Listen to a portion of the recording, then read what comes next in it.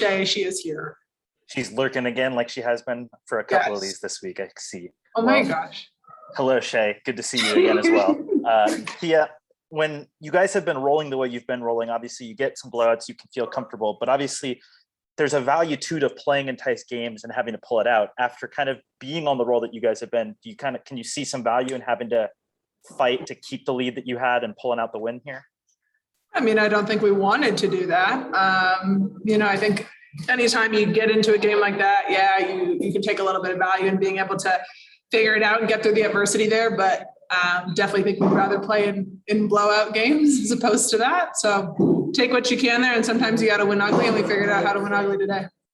Obviously on a night where maybe you score from different places that the team usually does, Skylar doesn't have as many points as she normally does. Diana had a tough shooting night till the very end. How important is it for kind of you and other players around your big three to feel confident and feel the ability to go in and score at the rate that you guys had to tonight for you guys to win?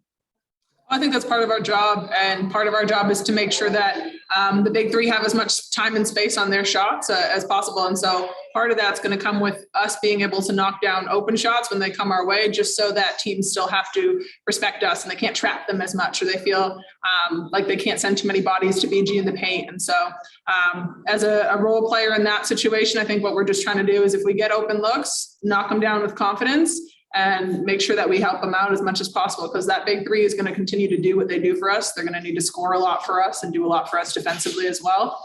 But we try to take as much pressure off of them as possible so they can just be themselves. All right, next up, we have Paul Richardson with the Sports K, followed by Jeff Metcalf.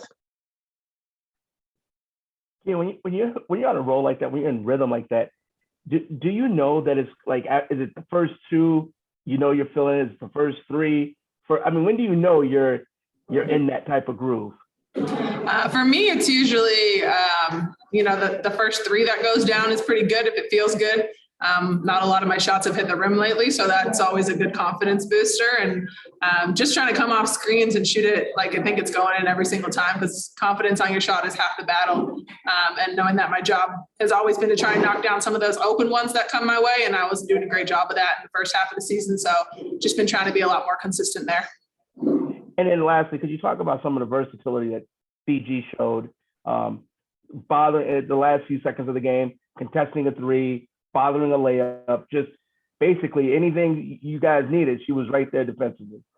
Yeah, absolutely. I mean, I think everybody gets to see night in and night out how skilled she is on the offensive end and her footwork and her ability to score around 2-3 people coming at her.